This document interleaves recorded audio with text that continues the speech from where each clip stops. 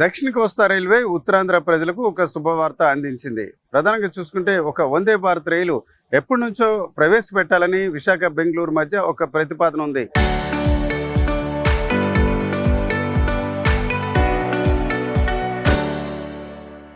ఆ క్రమంలో వందే భారత్ స్లీపర్ కోచ్ను ప్రవేశపెడుతున్నట్టు ప్రకటన విడుదల చేశారు. అది ప్రతిరోజు చూసుకుంటే రాత్రి 8:15కి విశాఖలో బయలుదేరి మరుసటి రోజు బెంగళూరు ఉదయం 10 గంటలకి చేరుకుంటుంది. ఆ క్రమంలో చూసుకుంటే విజయవాడ, గుంటూరు, నంద్యాల మీదుగా ఈ వందే భారత్ కొనసాగే అవకాశం ఉంది.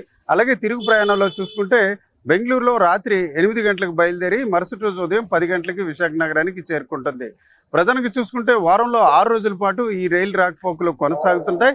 ఆ క్రమంలో విశాఖ నుంచి బయలుదేరే రైలు చూసుకుంటే సోమవారం, అలాగే బెంగళూరు నుంచి బయలుదేరే రైలు మంగళవారం మినహాయింపు ఉంటుంది. ఏదేమైనప్పటికీ ఉత్తరాంధ్రకు చెందిన చాలామంది యువత బెంగళూరులోని వివిధ ఐటీ కంపెనీల్లో పనిచేస్తున్నారు. వీరందరూ కూడా విమాన రాకపోకలపై ఆధారపడుతున్న పరిస్థితి ఉంది. ఈ దశలో ఈ వందే భారత్ స్లీపర్ కోచ్ అంటే రాత్రి విశాఖలో ట్రైన్ ఎక్కినట్లయితే మరుసటి రోజు ఉదయంకి దిగే అవకాశం ఉంది. అదే క్రమంలో బెంగళూరు నుంచి కూడా ఇదే రకంగా ఒక రాత్రి ప్రయాణంతో గమ్యాలకి చేరే అవకాశం ఉండడంతో చాలా వరకు ఉపయోగపడే అవకాశం ఉంది.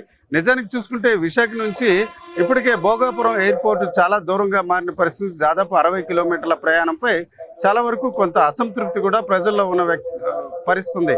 ఈ దశలో ఈ వందే భారత్ ఖచ్చితంగా ఉపయోగపడుతుంది. చాలామంది ఐటీ ఉద్యోగులతో పాటు ఇప్పటికే నంద్యాల, కర్నూలు లాంటి ప్రాంతాల్లో ఉద్యోగం కావచ్చు, లేక చదువుకోవడానికి వెళ్ళిన చాలామంది విద్యార్థులకు కూడా ఈ వందే భారత్ స్లీపర్ ఖచ్చితంగా ఉపయోగపడే అవకాశం ఉంది.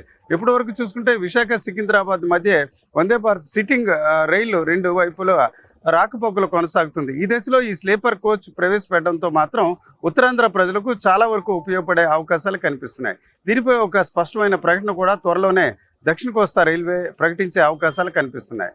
కెమెరా పర్సన్ తిరుపతితో రామచంద్ర, RTV, విశాఖపట్నం.